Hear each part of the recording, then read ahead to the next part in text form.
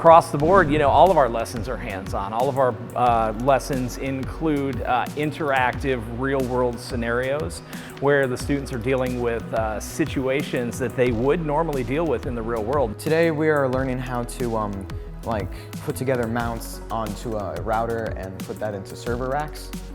How to disassemble the mounts and reassemble them, and put on and take off routers onto a server rack. Well, we have a supply shortage in this country, and a lot of hardware, especially computer hardware, is not being delivered on time.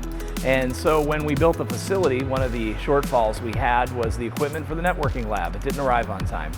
And so, instead of looking at that as a problem, I decided to approach it as an opportunity to teach the students.